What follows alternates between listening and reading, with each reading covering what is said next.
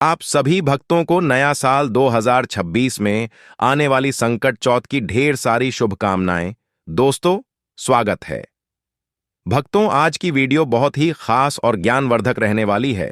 आज की इस वीडियो में हम जानेंगे 2026 में आने वाली संकट चौथ के बारे में कि संकट चौथ का व्रत किस दिन किया जाएगा। सकट चौथ, जिसे कि माघी चौथ भी कहा जाता है, और कहीं क्षेत्र में ऐसे तिलकुटनी चौथ के नाम से जाना जाता है।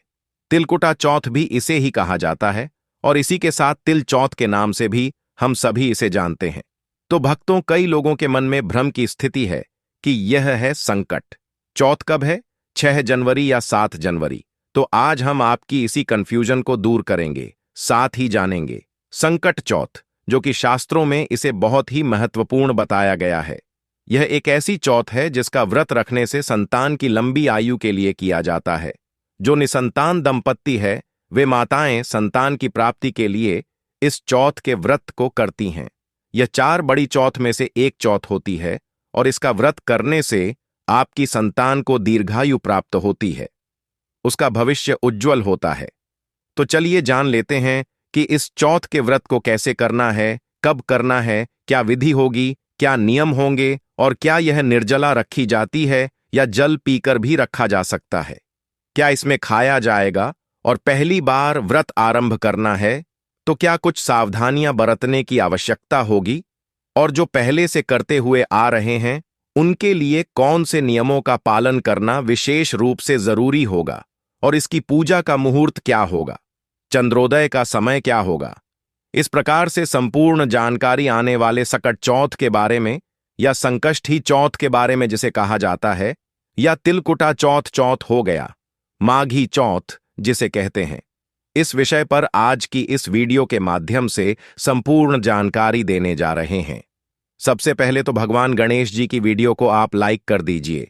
कमेंट बॉक्स में ओम श्री गणेशाय नमः लिखने के साथ साथ ही अपनी संतान की दीर्घायु के लिए जो भी आपके मन में कामना है वह भी कमेंट बॉक्स में जरूर लिखिएगा, और साथ ही वीडियो को लाइक और चैनल को सब्सक्राइब जरूर कर लेना, क्योंकि जब भी हम कोई भी नई वीडियो अपलोड करते हैं तो इसका नोटिफिकेशन आपको सबसे पहले मिले, और साथ ही आप अपनी मनोकामना भी कमेंट बॉक्स में जरूर डाल दीजिएगा, क्योंकि जब आपकी मनोकामनाओं को बाकी लोग पढ़ते हैं तो कोई नहीं जानता कि कब किसके मुख में सरस्वती सवार हो और आपकी मनोकामना पूर्ण हो जाए। तो कमेंट सेक्शन में आप जय श्री गणेशाय नमः लिखने के साथ साथ ही मनोकामना भी लिखिएगा। तो चलिए, अब तो आपका ज्यादा समय बर्बाद न करते हुए जानकारी आरंभ करते हैं और जान लेते हैं संकट चौथ व्रत के बारे में।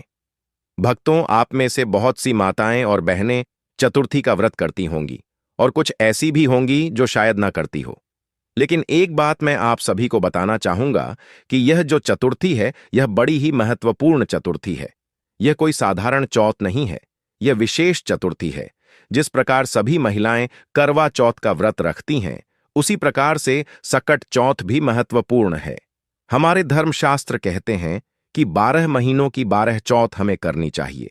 12 नहीं कर सकते तो 6 चौथ करें, 6 भी नहीं कर सकते तो 4 चौथ करें, और 4 भी नहीं कर सकते हैं तो सकट चौथ और करवा चौथ तो अवश्य ही करनी चाहिए। इसके बिना जीवन कल्याणकारी नहीं होता है। जिस प्रकार करवा चौथ पति की लंबी आयु के लिए किया जाता है, वैसे ही सकट चौथ संतान की लंबी आयु, संतान के उज्जवल भविष्य और निसंतान को संतान प्राप्ति के लिए अवश्य ही करना चाहिए। यह माघ मास में आती है, इसलिए इसे माघी चौथ भी कहते हैं। इस माघी चौथ पर विशेष रूप से तिल का भोग लगाया जाता है। तिल का प्रयोग विशेष महत्वपूर्ण होता है, इसलिए इसको तिल चौथ कहते हैं, और इस दिन क्योंकि तिलकटा का भोग के रूप में बनाया जाता है, इसलिए इसे तिलकुटनी चौथ के नाम से भी जाना जाता है। और क्योंकि यह संतान के सभी संकटों का हरण कर लेती है, इसलिए इसे संकष्टी चतुर्थी या संकट हरण चतुर्थी के नाम से भी जाना जाता है। और आइए अब जान लेते हैं कि यह व्रत हमें कैसे करना चाहिए। तो देखिए, जिन भी माताओं और बहनों को यह व्रत करना है, व्रत करना चाहती हैं, उन्हें व्रत वाले दिन सूर्योदय से पहले उठना होता है। व्रत किस दिन करना है यह मैं आगे आपको बताऊंगा। उससे पहले इसकी विधि जान लेते हैं और नियम जान लेते हैं। तो देखिए, सूर्योदय से उठना उठना चाहिए और उठने के बाद में स्नान कर लीजिए। स्नान करने के बाद में स्वच्छ वस्त्र धारण कीजिए। साफ सुथरे वस्त्र पहनने के बाद में आप पूजन करेंगे। और देखिए, सकट चौथ का जो पूजन है यह 2 प्रकार से किया जाता है। कुछ राज्यों में इस दिन गणेश जी महाराज का विशेष रूप से पूजन किया जाता है, कथा आदि सुनी जाती है। और कुछ राज्यों में इस दिन चौथ माता की मुख्य रूप से पूजन संगीत किया जाता है। गणेश जी महाराज को स्थापित करने के बाद में और वहां पर भी चौथ माता पर विशेष रूप से पूजन होता है।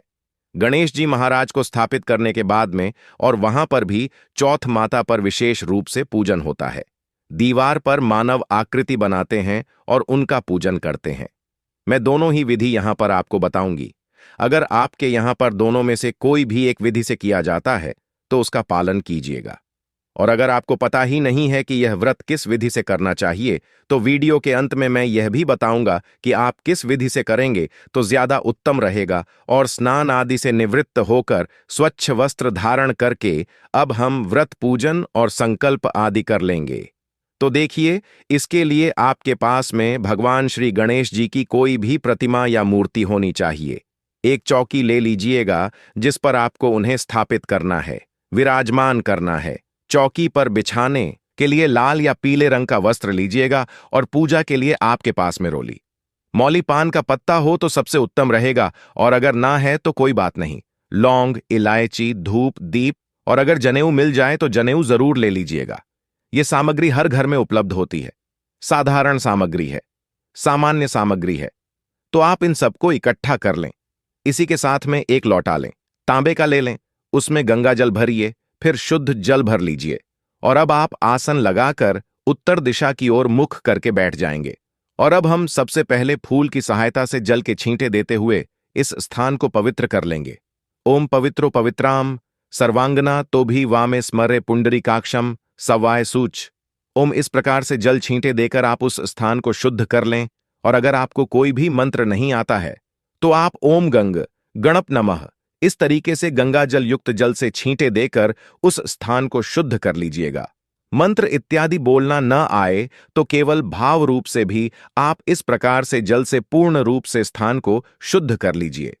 इसके बाद में चौकी बिछाएं। चौकी के ऊपर लाल या पीले रंग का वस्त्र या आसन बिछा दें और उसके ऊपर में भगवान श्री गणेश जी को विराजमान कर दें। अक्षत या फूल का आसन देते हुए अब उनके सामने घी का दीपक जलाएं। घी का दिया सीधे हाथ की ओर रखें।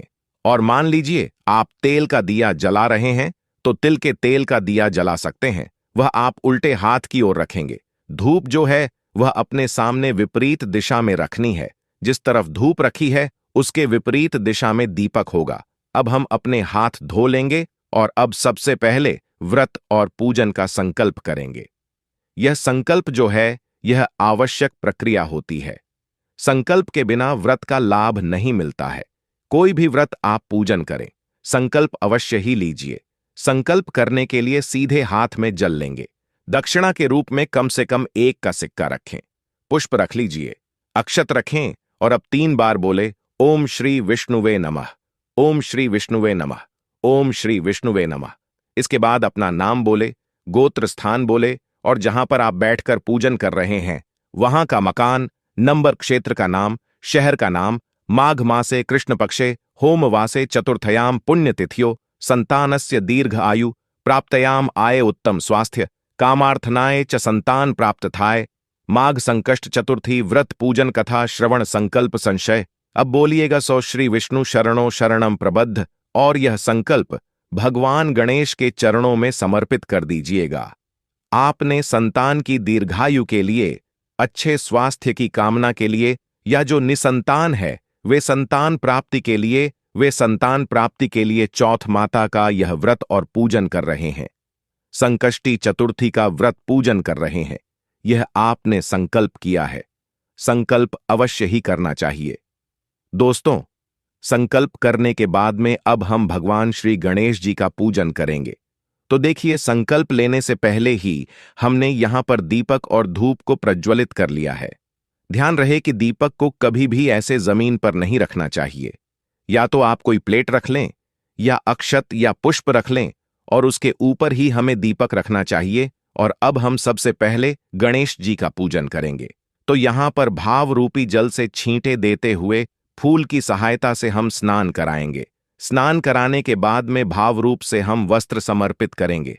वस्त्र के रूप में मौली का धागा आप तोड़ करके गणेश जी महाराज के ऊपर चढ़ा दें। और इसी के साथ में अगर आपने जनेऊ ली है तो जनेऊ जरूर ही समर्पित करेंगे। तिलक करने के लिए रोली और कुमकुम की सहायता से तिलक करेंगे। अक्षत समर्पित कर दीजिएगा, फूल समर्पित कर दीजिएगा। माला लाए हैं तो माला पहना दीजिए।